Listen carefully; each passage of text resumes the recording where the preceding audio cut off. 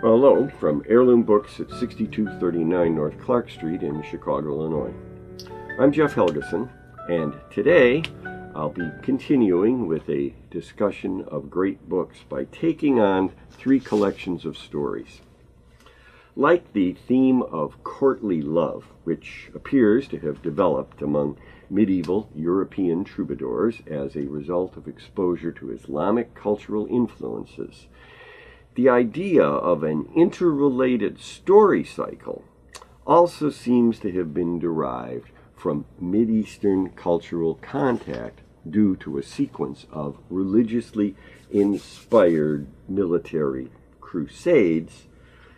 begun in around 1096 and continuing off and on for about the next 200 or so years. In addition to the cultivation of a taste for such things as silk and spices,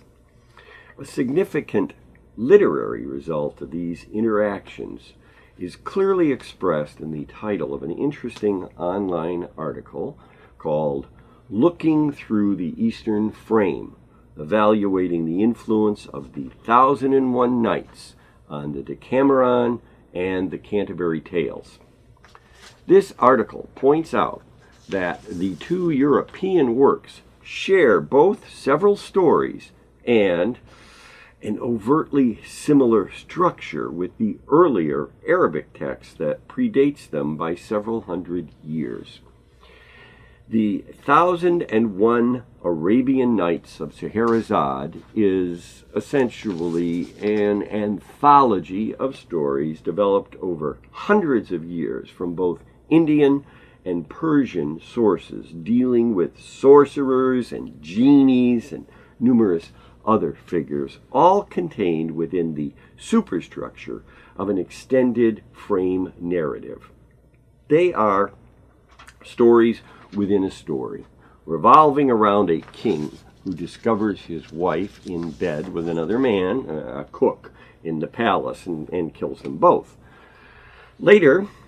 he learns that his brother's wife had also been guilty of adultery, and based on this fairly small sample of evidence, jumps to the conclusion that all women are unfaithful. Consequently, he begins taking a series of virgins as his brides and then having them put to death before the end of each wedding night. When the administrator, who'd been charged with continually procuring the king's new brides, came to fear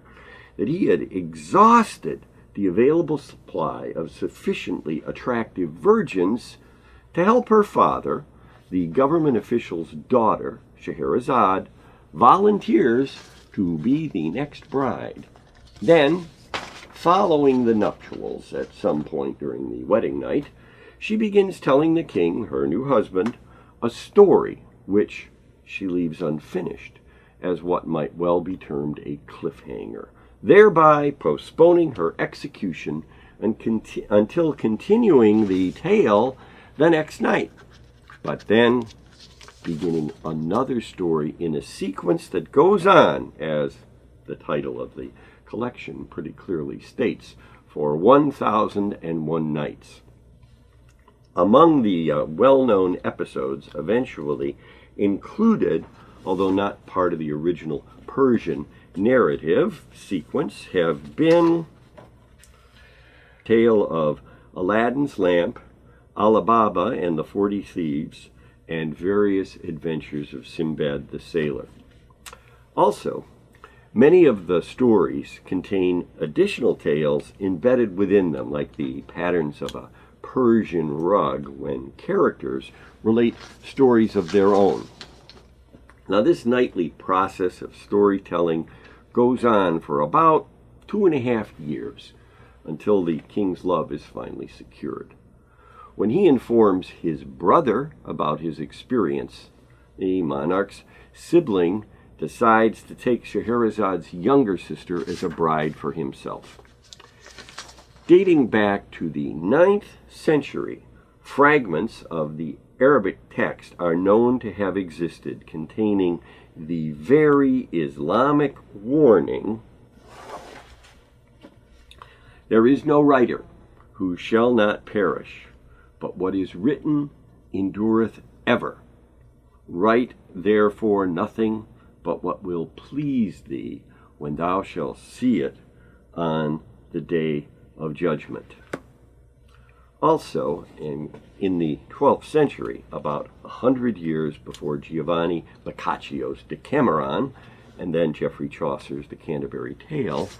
there are Italian records of a full manuscript's existence under the title of The 1001 Nights. Furthermore, as the Looking Through the Eastern Frame article points out, in addition to their structure,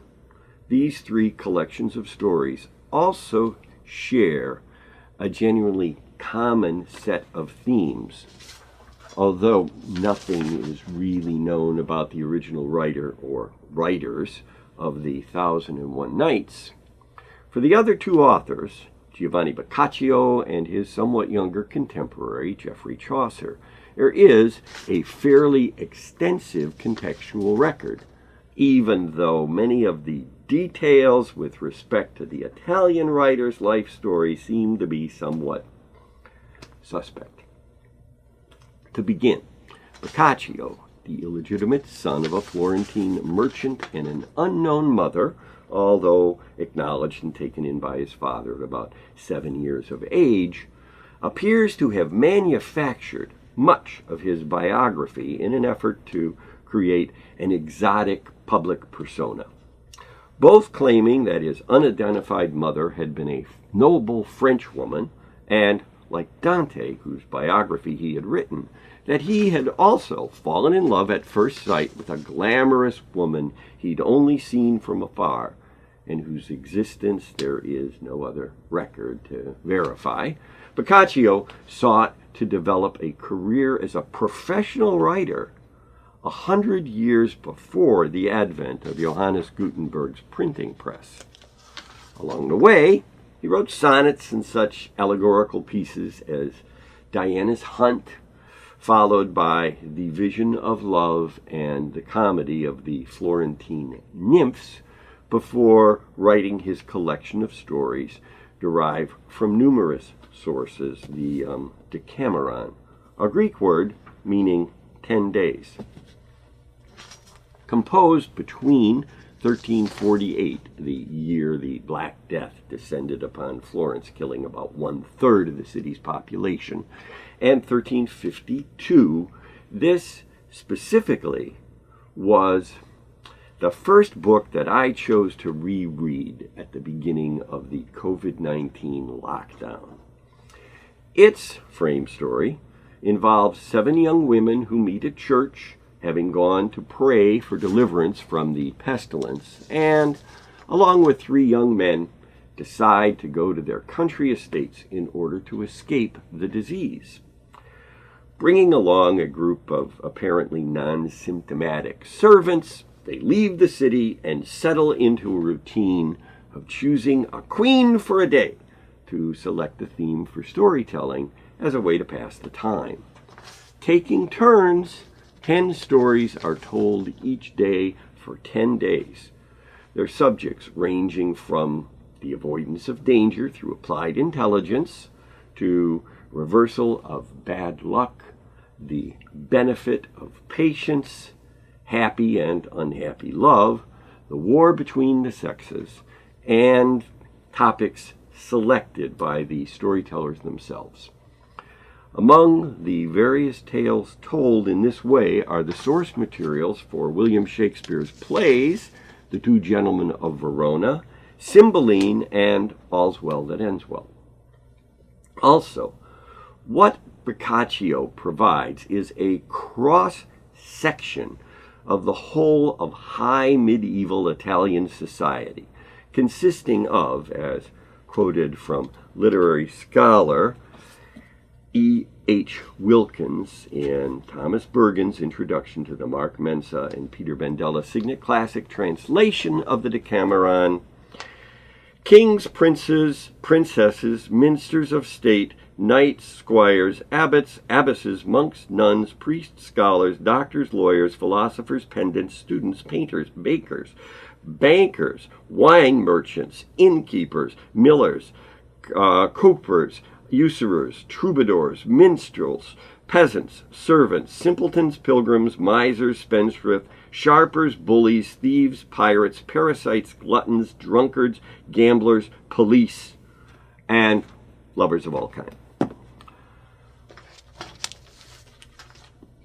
With regard to Geoffrey Chaucer, although his specific date of birth is not known, it seems to have been sometime around 1349, and his parents had enough association with the royal court to have been able to secure their 7-year-old child a position as a page within the household of the third son of King Edward III. When he was around 19 years old, young Geoffrey was taken prisoner during the 100 Years' War between England and France, and then ransomed a year later, with a contribution being made by the king himself. After returning to Britain, Chaucer produced a translation of the Romance of the Rose, having learned French as well as Latin and Italian. During the 1370s, he was sent on diplomatic missions to Italy in both Genoa and Milan, thereby becoming acquainted with the writing of Dante and Boccaccio. In fact, in 1372, at a wedding in Florence, Chaucer may have actually met Boccaccio. And then, 14 years later, after being removed from official service during a change in the administrations of English monarchs, it seems that Chaucer began writing the Canterbury Tales, although, after returning to official duty 3 years later, leaving his collection of stories incomplete. Nonetheless, on his deathbed in October of 1400, according to American scholar and novelist John Gardner in The Life and Times of Chaucer, the writer specifically asked for his book in quill and ink before falling violently toward Christ. Anyway, finished or not, my junior high school text for English, The Adventures in Literature, edition 4, clearly asserts that Chaucer's masterpiece is the very first real collection of short stories in English literature,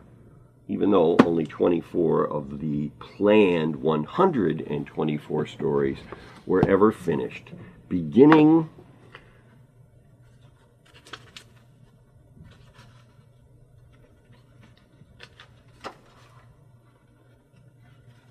dramatic pause. When that April with his shoot through the droughts of March hath pierced to the root and bathed every vein in sweet liquor, of which endeareth this is the flower, a phrase which T.S. Eliot, 500 years later, described in his post-World War I poem, The Wasteland, as April is the cruelest month, breeding lilacs out of the dead land. Well, Chaucer gathers together a group of pilgrims to the shrine of Sir Thomas of Becket, whose 1170 martyrdom at the apparent behest of King Henry II, Eleanor of Aquitaine's second husband after having been divorced by King Philip of France, due to a church and state conflict, which Eliot later dramatized in his very first stage play, Murder in the Cathedral. The travelers, offering a cross-section of 14th century English society, include a crusader knight and his squire, a yeoman archer, a young prioress, 2 nuns and 3 priests, a monk, a friar, an enforcer of religious laws, and a man who sells forgiveness of sins, a country parson, an Oxford clerk, and then a lawyer and a doctor, a country gentleman, a merchant, a carpenter, a weaver, a sometimes pirate, a plowman, as well as, among others, a woman who has outlived 5 husbands called the wife of Bath, a former resort town of the Romans in southern Britain. The tales, which this mixed bag of travelers tell for entertainment as they make their 90-mile journey to Canterbury from the Tabard Inn on the south bank of the Thames River just outside central London, reflect each of their characters, often dealing with adultery, but also with love and morality, in addition to a miracle performed by the Virgin Mary and the wife of Bath's condemnation of celibacy. So anyway, aside from the obvious answer of a frame narrative structure, I suppose the really important question is, what do these 3 works from vastly different cultures have in common? Or, as expressed by what must be dozens of generations of secondary school students, so what's the big deal? Now, of course, the answer to that kind of inquiry, I'll admit, takes more than a little bit of addressing. To begin, unlike much of the literature that has accumulated over the centuries, the stories within the 1001 Nights, the Decameron, and the Canterbury Tales are, for the most part, secular rather than religious in nature. Additionally, the stories in these collections deal with a broad cross-section of the respective societies, and they each illustrate an extremely wide range of what, for lack of a better phrase, can be termed the human condition. Whether told from the perspective of a single young woman seeking to avoid death at the hands of her new husband, from the aristocratic points of view of an elite group of high medieval Florentine one-percenters seeking to avoid death from the plague, or from a vast spectrum of English society, including everyone from petty nobility to representatives of an earthly underclass. What these stories demonstrate is how much people are alike in spite of their potential social and cultural differences. The same, I think, can be said with respect to the experience of readers across the stretch of time since the ancient oral tradition of storytelling from the eastern reaches of Alexander the Great's one-time empire made its way into the 1001 Nights. What I think can be found in these stories by all readers is both the reflections of themselves on the most basic human level